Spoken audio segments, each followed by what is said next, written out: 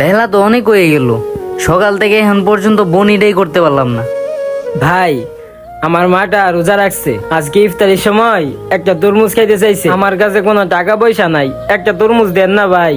হায় আল্লাহ, সকাল থেকে এখন পর্যন্ত বেচা কিনা করতে পারলাম না, আবার হ্যার মা রাখছে রোজা। যাই হোক, দিয়ে দিয়ে একটা, বাকিটা আল্লাহ ভরসা। আচ্ছা একটু দাঁড়াও।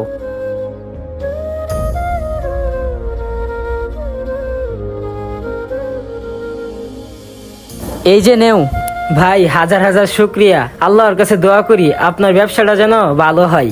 ঠিক আছে ভাই, ওরে সাহায্য করতে পারা আমার মনটা অনেক হালকা হয়েছে। এই যে ভাই, আশেপাশে তো কোনো তরমুজের দোকান দেখতেছি না। দেখি তরমুজটা, আপনার তরমুজটা খুব ভালো হয়েছে। কোথা থেকে নিছেন এটা? ভাই, সামনে একটা দোকান আছে, লোকটাও খুব ভালো এবং তরমুজগুলোও খুব ভালো, আপনি ওই দোকান থেকে নিতে পারেন। আচ্ছা ঠিক আছে ভাই, ধন্যবাদ। ওই তো তরমুজের দোকানটা, এখান থেকেই মনে হয় নেওয়া হয়েছে। ভাই, তরমুজ কোনটা কত কইরা? ভাই কোনটা নিবেন? এটা 70 আর এটা 50।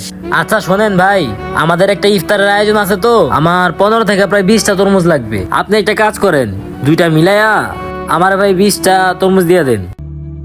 আচ্ছা ভাই, দিতাছি। রিজিকের মালিক আল্লাহ, আপনি অসহায় মানুষকে সাহায্য করুন, আল্লাহ আপনাকে সাহায্য করবে। ভিডিওটি কেমন হয়েছে অবশ্যই কমেন্টে জানাবেন।